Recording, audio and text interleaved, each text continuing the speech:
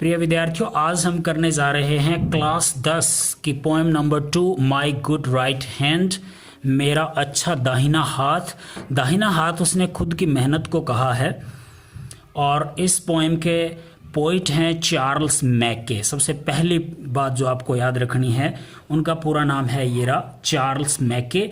और उनका जो बर्थ था, जन्म हुआ था 27 मार्च 1814 के अंदर और डेथ हुई थी उनकी 24 दिसंबर 1889 में। वे स्कॉटलैंड के पोइट थे, इसलिए उनको स्कॉटिश पोइट कहा जाता है। ऐसे इंडिया के थे तो इंडियन कहा जाता है, स्कॉटलैंड वालों को स्कॉटिश कहा जाता है।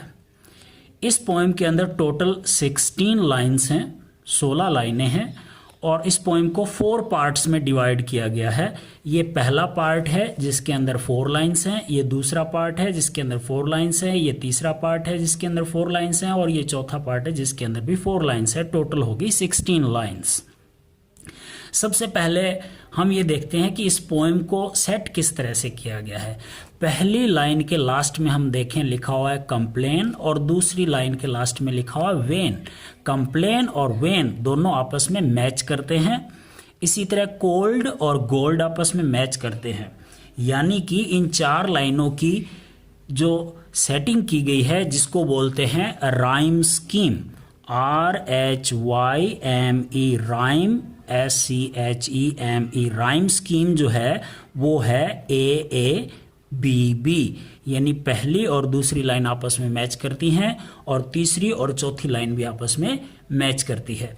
ऐसा ही आगे के स्टेंजाज में भी है। देखिए ये जो 4 लाइनों का जो पार्ट है इसको कहते हैं स्टेंजा। स्टेंजा तो इस पोएम के अंदर कुल कितने स्टेंजा हैं? 4 स्टेंजा हैं। हर स्टेंजा में कितनी लाइन्स हैं? 4 लाइन्स हैं।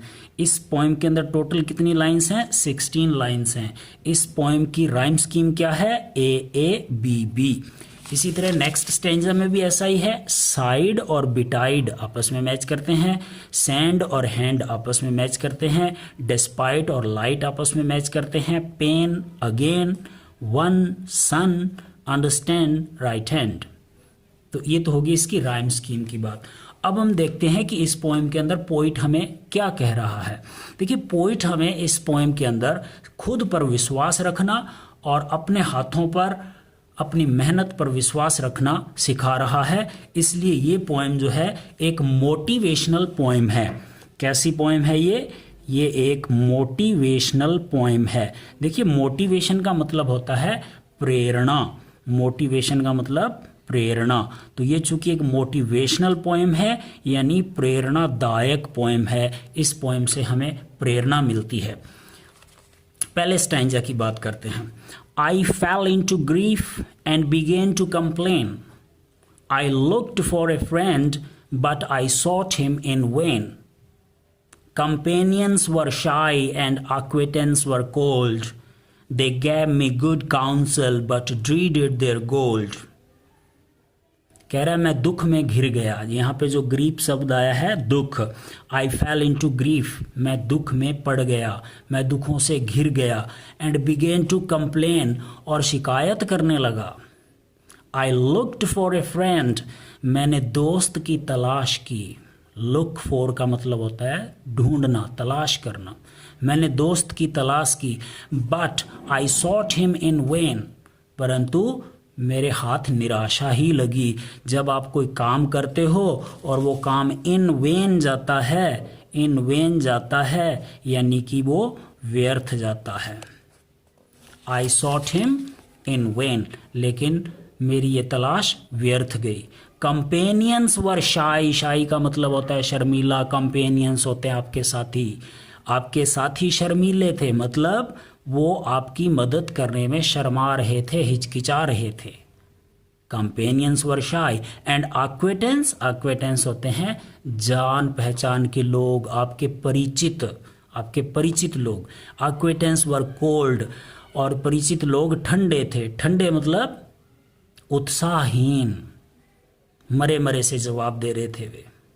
दे गैव मी गुड काउंसल, काउंसल का मतलब होता है सलाह।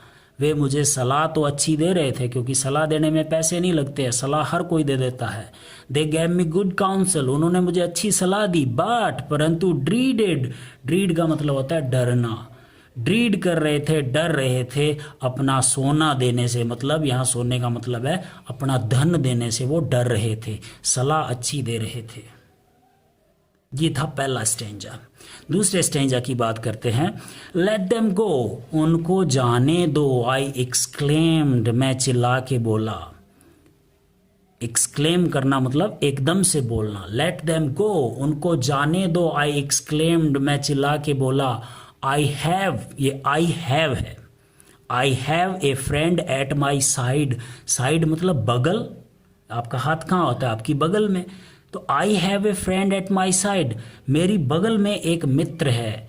पोइट जो है चार्ल्स मैके जो है वो खुद को कह रहे हैं कि उनको जाने दो। जो लोग कंपेनियंस तो हैं लेकिन शर्मा रहे हैं, जान पहचान के तो हैं लेकिन ठंडा ठंडा जवाब दे रहे हैं, अपना धन देने से बच रहे हैं, अच्छी काउंसिल जरूर दे रहे हैं, उनको जाने दो।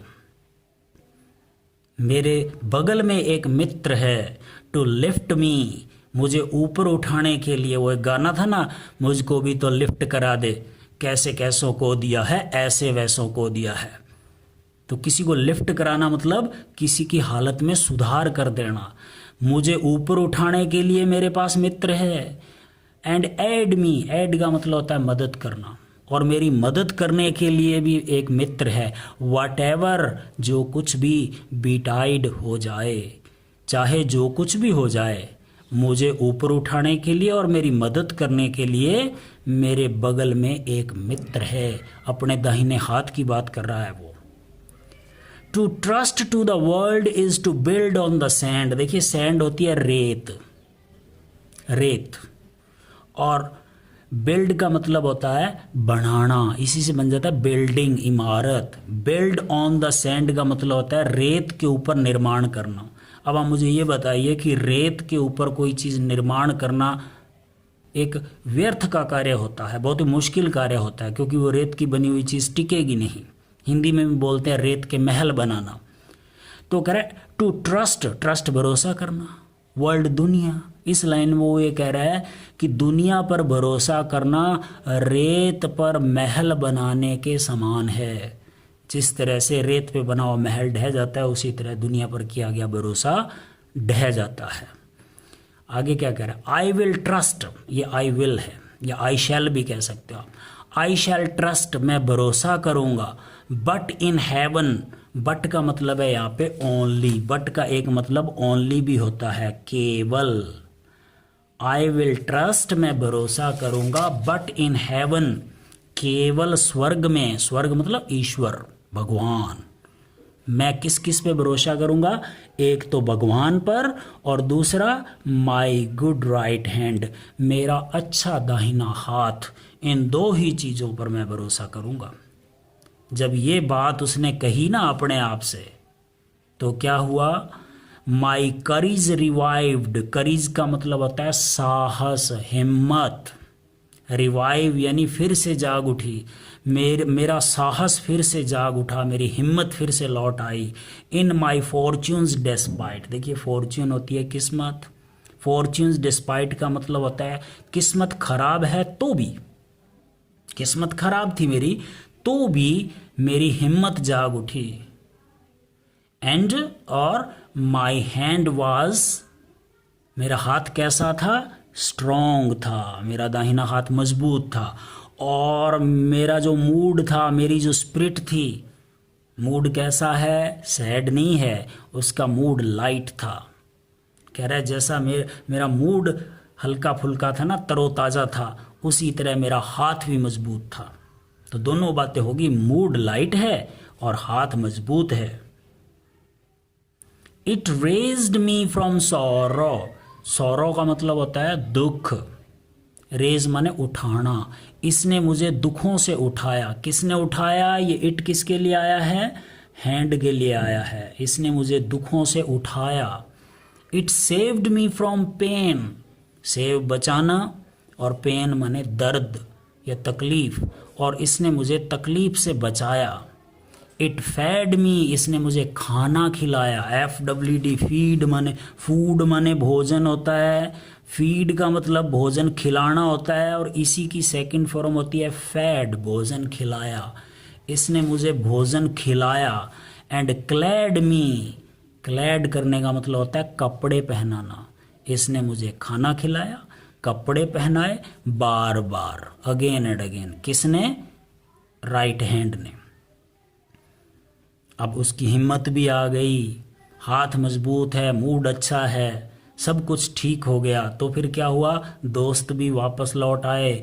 वो दोस्त जो शर्मा रहे थे ना, वो परिचित लोग जो ठंडे पड़े हुए थे, जो उसको अच्छी सलाह तो दे रहे थे लेकिन उसको अपना धन देने से बच रहे थे, वो सब क्या हो गए?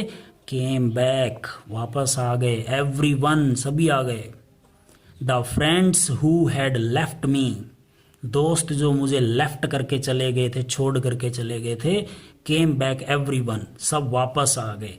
एंड और क्या हुआ? डार्केस्ट एडवाइजर्स, देखो एडवाइज माने सलाह देना होता है, जैसे प्ले से प्लेयर बनता है, एडवाइज से एडवाइजर बनता है, सलाह देने वाला। डार्केस्ट एडवाइजर, यहाँ डार्क माने अंधेरा भी होता है, और डार्क माने यहाँ डार्केस्ट एडवाइजर्स का मतलब है स्वार्थी, सलाह देने वाले। Darkest advisers looked bright as the sun, वो जो पहले सलाह तो दे रहे थे ना बुझे बुझे चेहरे से, अब वो सूर्य की तरह चमकदार लग रहे थे। क्यों? क्योंकि भैया पैसा जो आ गया है ना। कहते हैं ना, जब तक आपके पास पैसे हैं तो दुनिया वाले पूछेंगे जनाब कैसे हैं।